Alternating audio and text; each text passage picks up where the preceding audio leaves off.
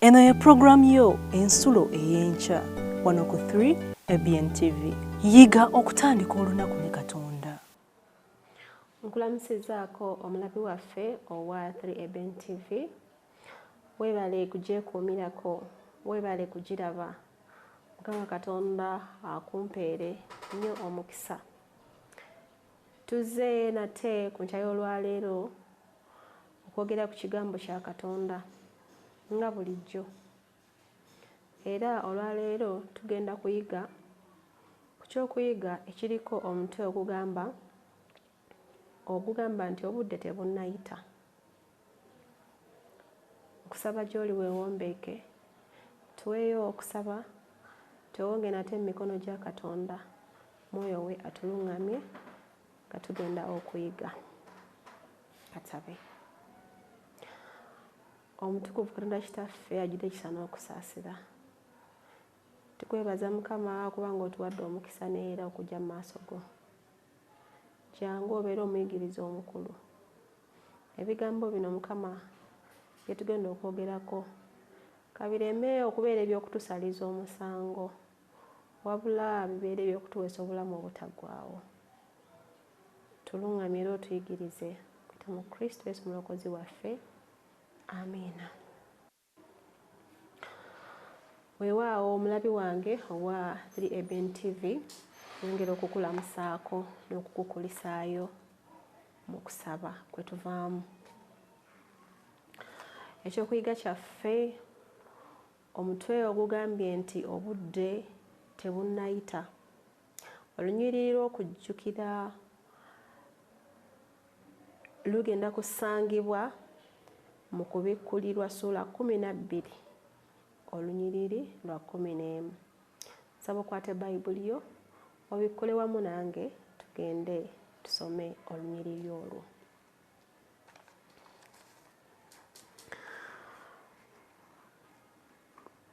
Wagamba bwe wati: nabo baamuwangula olw'omusaayi gw'omwana gw'endiga n'olw'ekigambo eky'okutegeeza kwabwe, ne batayagala bulamu bwabwe okutuusa okufa.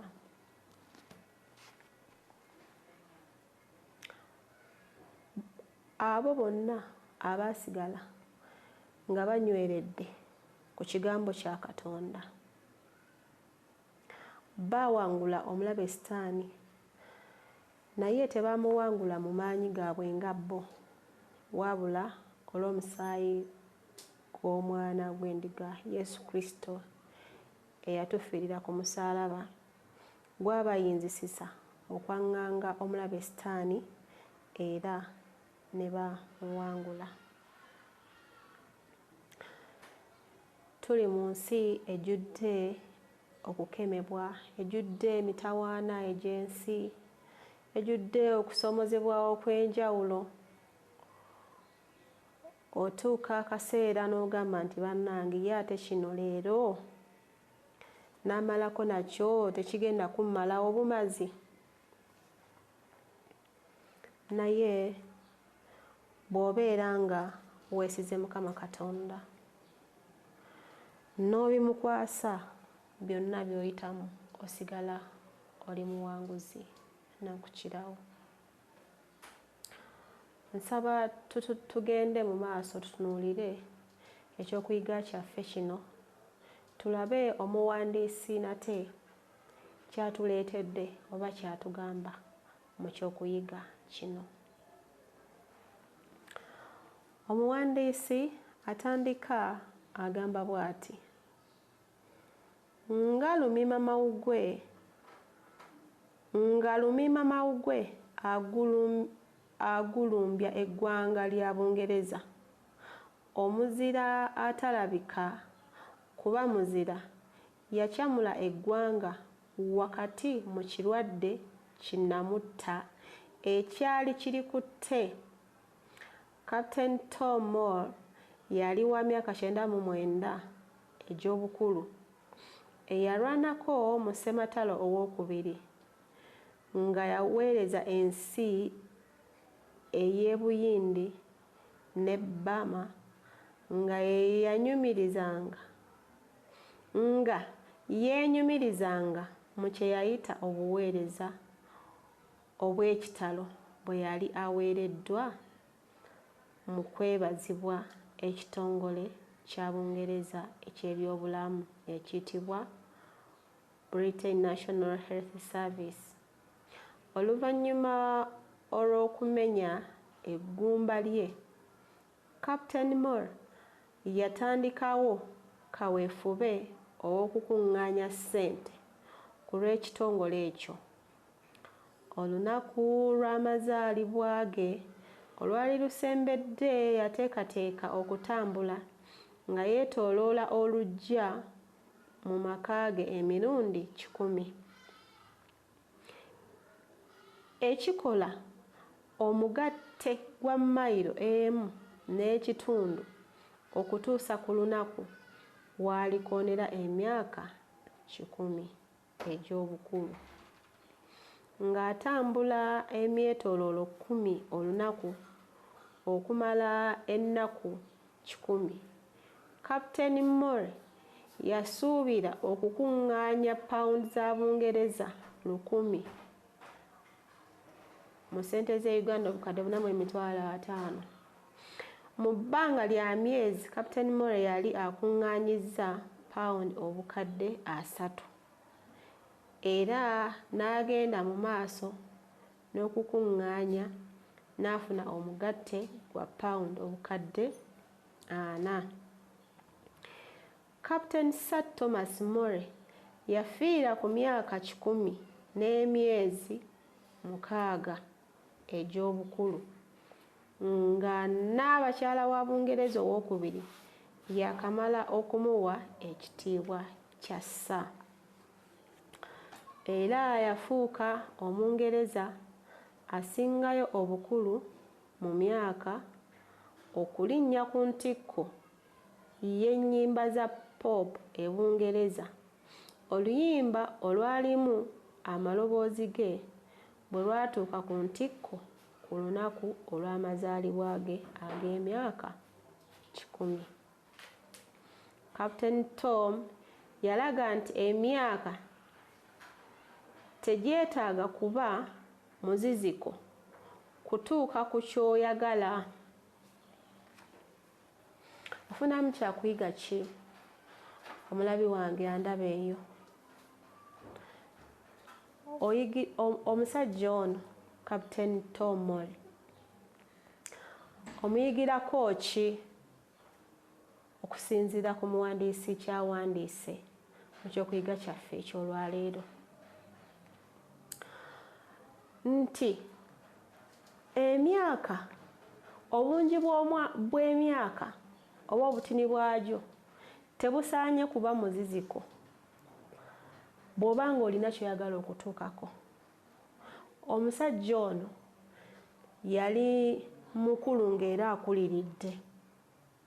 Bw'omugeraageranya ku baffe ab'ennaku zino yandibadde mu abo abagamba nti nze nkaddiye sikyalina kyensobola, naye tulaba nga mu myaka gye yafuba n'atuuka ku kiruubirirwa kye kye yali ayagala n'okukirawo, n'akikolera ddala. Gwa ndaba eyo. Emyaka abantu abasinga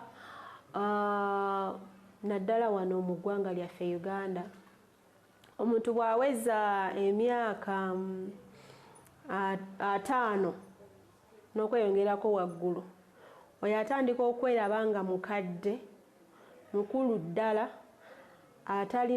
atakyalina by'asobola. Era ne bw'aba nga oba aweereddwa buvunaanyizibwa oba aweereddwa okukola ekintu kyonna, oluusi batera nnyo ogamba nti nze nkaddiye, mubiwe abo abavubuka be bakyasobola, naye nze sisobola. Naye tulabye Captain ono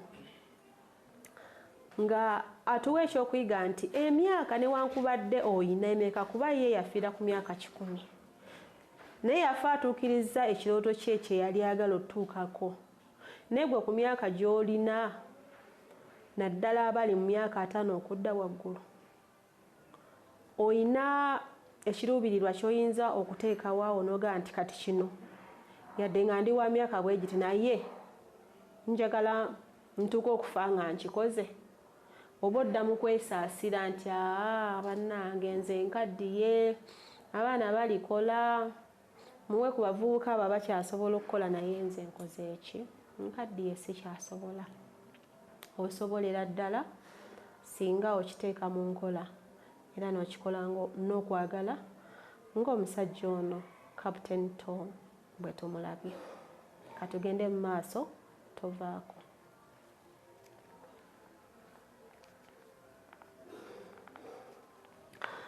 Agamba nti era bwe kiri ne mu kubuulira enjiri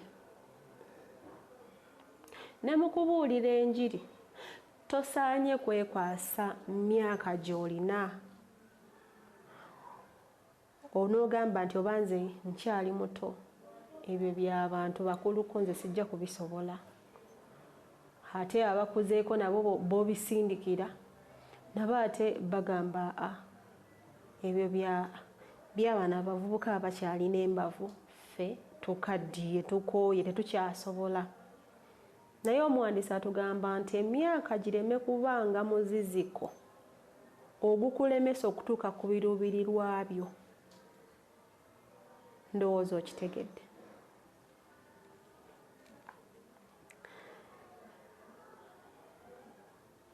Agamba okubuulira enjiri ey'oku katebe tekoma ku myaka gya buvubuka gyokka.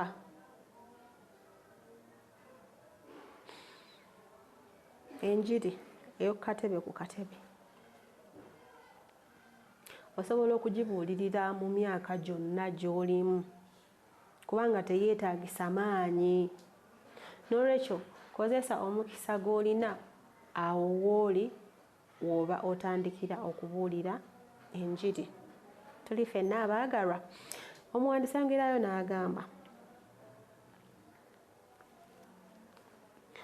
bwe nalaba Lale omulundi ogusooka mu myaka egiwerako n'ayogera ku muggo gwe omulungi ennyo gwe yali akozesa mu kutambula. Yaŋŋamba nti abadde asabanga Katonda amuwe ky'ayinza okukozesa mu buweereza bwe obw'okuwangula emyoyo era kyamwewuunyisa nti omuggo gwe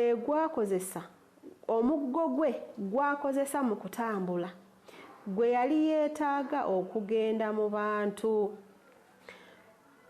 Lale yakuba ekifaananyi ky'omuggo ogukozesebwa mu kutambula ku bupapula obugabibwa ng'awandiiseeko engero za Bayibuli, obujulirwa obumukwatako ko n'olukalala lw'obuweereza obw'enjawulo kwe bayinza okumufunira. Tulaba omuddu wa Katonda ono mu busobozi bwe obutini bwe yali alina, sajja mulema atambulira ku muggo, naye yasaba Katonda amulage engeri yonna gy'ayinza okukolamu oba gy'ayinza okuyitiramu okulaba ng'abuulira ekigambo kya Katonda. Naye wakati mu kusaba Katonda okumuwa amagezi ki ky'ayinza okukola, yatandika nga omuggo gwe bw'akola omuggo gw'ogwo okuba ekifaananyi n'aguwandiikako obubaka obubuulira enjiri era n'awandiikako n'endagiriro ye singa oba weetaaza okumanya ku bisingako ku biri ku muggo ogwo osobole okumunoonya akunnyonnyole kwegamba osobole okumunoonya akubuulire ku kigambo eky'obulokozi n'okusinga ebyali biwandiikiddwa ku muggo gwe ogwo gwe yali atambulirako. Omulabi wange, gy'okolera eyo, gy'otambulira eyo, kiki ky'okoze okubuulira enjiri? Omuddu wa Katonda ono yakozesa omuggo gwe yali atambulirako n'agamba nti waakiri kangukole ki, n'akuba ebifaananyi n'awandikako obubaka obukola kyo obubuulira enjiri, n'agamba nti waakiri omuntu anaagulabako oba anaagutwala, bw'anaasangako obubaka buno anaatwala Obudde n'abusoma oba oli awo ne bubaako gwe bukola ki, gwe bulokola. Gwandaba abantu bangi oyinza okuba omu ku bo ng'olina ne kampuni erina byekola, ngamba byefulumya abantu bye bagula, naye wali okifumiitirizaako nti oba oli awo singa ku products ezo oteekako obubaka obw'obulokozi, oba oli awo omuntu akiguza asobola okubusoma ne yeetwalira omulokozi oba ne bumulokola. Wali okifumiitirizaako? Abantu abamu tubeereeyo nga n'egyokolera abantu tebamanyi nti olina mu Kristaayo. Bwe batuuka okunyumya agaboozi g'ensi onyumya nga bo bennyini. Bwe batuuka okwewuunya ensi wa gy'eraga naawe obeera omu ku bo ku beewuunya wa ensi gy'eraga. Mu Kristaayo munnange tomanyi nsi gy'eraga, naawe odda mu kwewuunyagana oba n'ensi eraga wa bannange sibitegeera, ensi ng'etabuse. Ddala omusomi wa Bayibuli tokimanyi kigenda mu maaso? Kikwewuunyisa ng'oli musomi wa Bayibuli? Mukama ansaba akusaasire nga bw'ansaasira. Obeeko ky'okola, gy'osula eyo oba gy'okolera okulaba nga wabaawo omulimu gwa Katonda ogutambula ate nga si mulala agukoze ggwe andaba. Abantu b'okoleramu, b'otambuliramu, bizinensi yo gy'okola osobola okugikozesa okubuulira ekigambo kya Katonda. Omuwandiisi ayongerayo n'agamba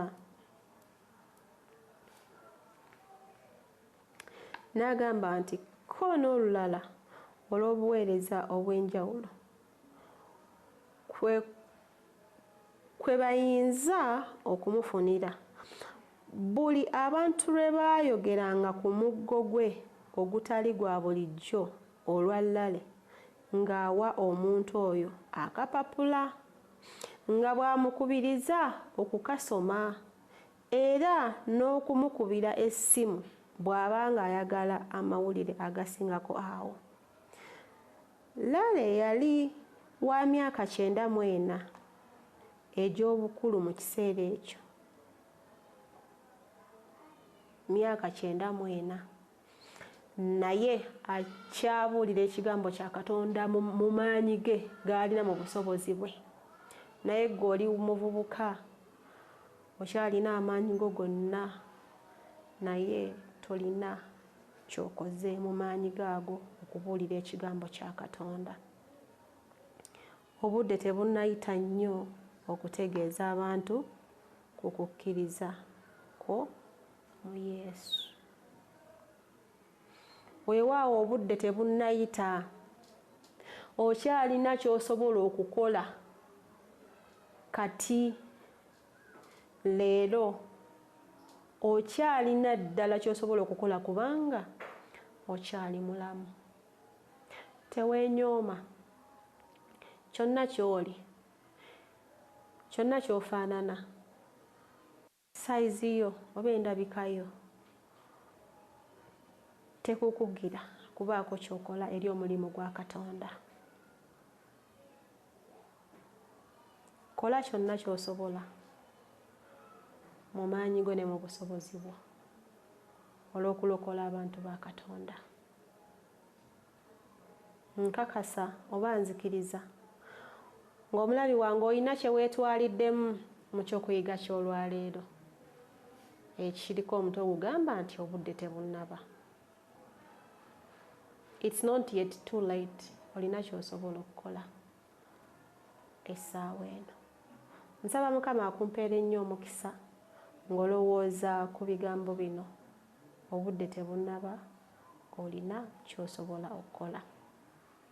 Nsaba weewombekewo oli awo, tusseemu Katonda waffe ekitiibwa era tumusabe atusobozese okubaako kye tukola obudde nga tebunnayita.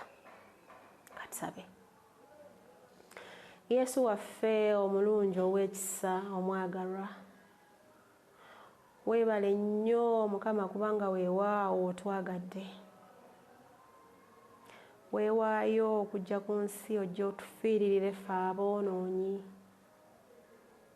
Mukama weebale kubanga totubalira ng'obutali butuukirivu bwaffe we buli, wabula otwagala ng'abaana bo. Sonyiwa byonna ebitatuukiridde bye tukoze mu maaso go, bye tukoze byonna nga bivumaganya erinnya lyo. Mukama tusaasire, otusonyiwe. Mukama mu ky'okuyiga kye tufa okuyiga kati tulabye nti obudde tebunnaba. It's not yet too late okubaako kye tukola.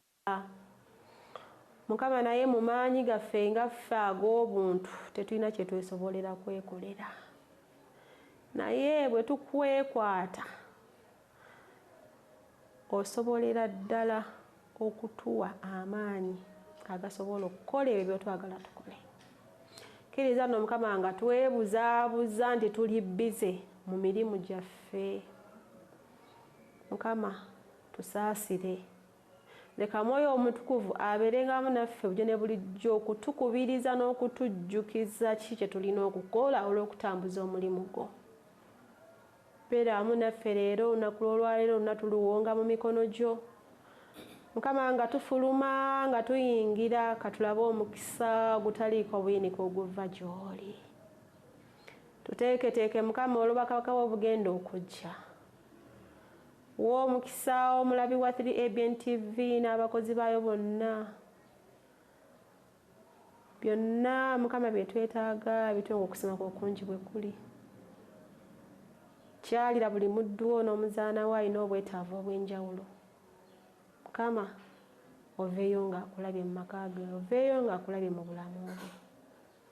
Bwe tutyo nno bwe tusabye n'okwebaza nga tubiisa mu linnya egganzi lya mukwano gwaffe Yesu Kristo. Amiina. Amiina. Omulabi waffe, kkiriza nkwagalize olunaku olulungi, atakuumira mpeera ate akunkuumire. Tunaddamu tulabagane omulundi omulala. Weeraba. Yiga okutandika olunaku ne Katonda. Olwo nno ebisuubizo bye birabike gy'oli.